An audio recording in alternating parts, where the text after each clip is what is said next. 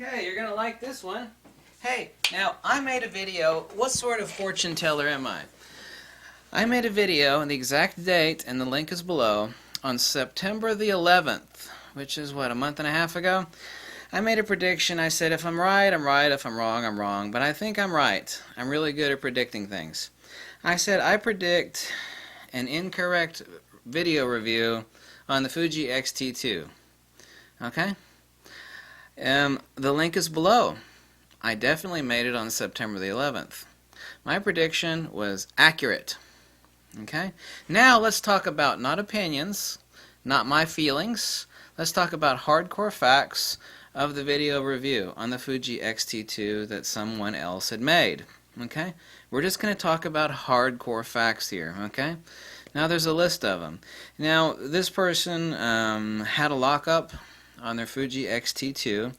I noticed in the video, however, that they were using Stone Age SD cards. One of them was a Sony 64 gigabit, 40 megabit per second card. That card is really slow. The secondary card slot, because you can see it in the video, is also a 40 megabit per second card. Very, very, very slow. Not fast enough. Not fast enough. Okay? Also not a recommended card for use by Fuji. Everybody makes mistakes. That's no big deal. That's certainly no big deal.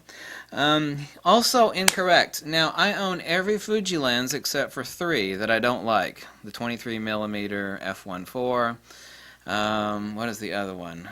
The 23mm, the 100 to 400, and the 18mm. Now, in this specific video review, it talks about Fuji portrait lenses, and it says, this is an exact quote, there's also the 90mm f2, which is right here, but it says its slow focusing makes it hard to recommend it. I left off the it at the end. It says makes it hard to recommend. Well, not only is the 90mm not slow, it is Fuji's fastest damn lens. If you go to Fuji's website, okay, they will show you a picture of the quad linear motor that is in the Fuji 90mm. Now, since I own every Fuji lens except for three, two of which are old slow lenses, so there's, I've tested all of them. I own them all. Okay? Let me assure you when I tell you this, and other people will confirm this, now most people don't own that many Fuji lenses, this is Fuji's fastest lens. It is. It's not my opinion, not my feeling, not my belief. It is a hardcore fact. Okay? So the statement that this is a lens not to be recommended because the exact quote is that this lens is slow. That's absolutely incorrect. Yeah, but slow focusing makes it hard to recommend. No, that statement is 100% incorrect. Not my opinion, not my feeling, not my belief. Hardcore fact. Another statement made is that Fuji's lenses are limited, and Fuji's been making glass for a long time, but not the FUJIFILM X series. I mean, I've admitted that in 100+ videos. Everybody knows that fact. The statement is that Fuji only has two portrait lenses, the 56mm 1.2, I have that, the 50mm 140 f2.8, I have that. That's not true. Fuji has three additional portrait lenses, the 16 to 55, you see that lens right here? f2.8, which is a 24 to 70 2.8 equivalent. It's a great portrait lens. The 60mm f2.4, actually Damien Lovegroove, he's a famous Fuji photographer. I think he's sponsored by Fuji. Actually, that is his favorite portrait lens, the 60mm f2.4. Got a couple of those lenses. Also, additionally so, the 90mm f2, which I pointed out. So it is not true, that Fuji only has two portrait lenses. Absolutely not. And this is not only not a slow focusing lens, it is Fuji's absolute fastest lens. No opinions, no feelings. I don't care what you feel. I don't care what other people feel. I don't care what, it's a fact. Quad linear motor. Go to Fuji's website. They will tell you that. And if you test it yourself, you're like, oh, damn. When I actually first tested the 90mm, when it came out, I was like, damn, this lens is really fast. Really, really fast. And it's a lot better on the Fuji X-T2. Okay. So here we have other statements.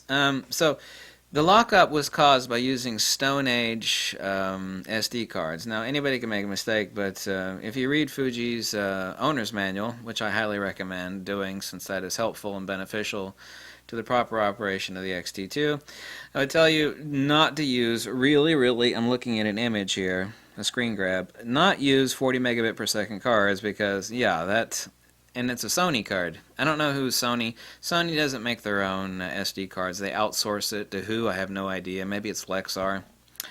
Yeah, that's no dice. No. It's been said in the video review that the battery life is not great on the Fuji. Well, when it comes to mirrorless, that is like comparing how stinky one baby diaper is compared to another. Well, your baby's diaper is stinkier than mine. It's like, they both stink. Okay? All mirrorless batteries, everybody owns a mirrorless camera. You gotta have a batch of batteries. There's just no getting around that crap. I know for one thing for certain that the battery life is nowhere near as bad as it is on a Sony, like on the A7R2, and it also doesn't overheat, which is really nice. No in-body image stabilization. Well, Fuji's actually given a long, detailed description of why there's no IBIS, so that's personal preference. And it said that the vertical battery grips makes the camera cumbersome.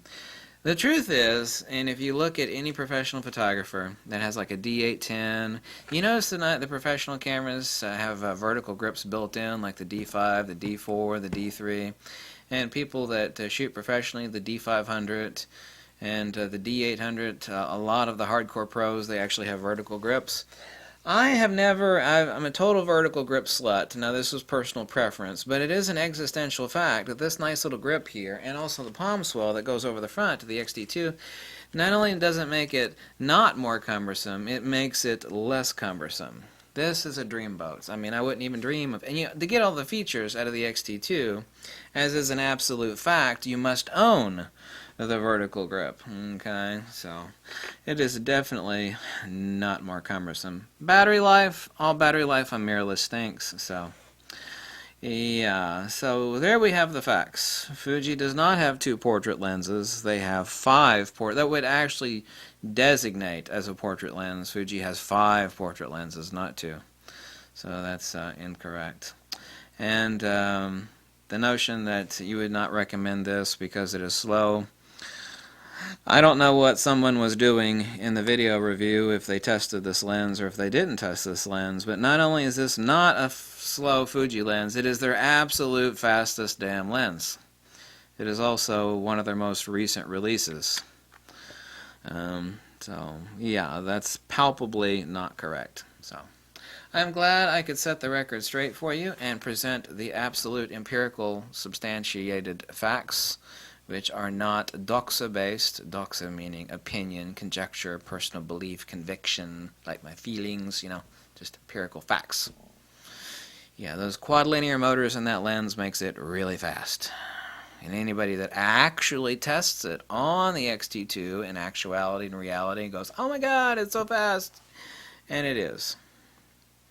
Even regardless of what mode you have it in. Single point or multi-point, you will notice as soon as you mount that lens, whoosh, it's fast. Yeah, and the X-T2 lockup was due to using insanely slow SD cards. 40 megabit per second is not recommended by Fuji. If you read Fuji's owner's manual, it would absolutely not say anything about using SD cards that are that slow. Thank you for watching so much. Let's just stick to the facts. Present correct, accurate information so that the viewer can make informed, decisive decisions based upon correct, objective, existential, empirical, and quantifiable conclusions. Lux e veritas. Bye.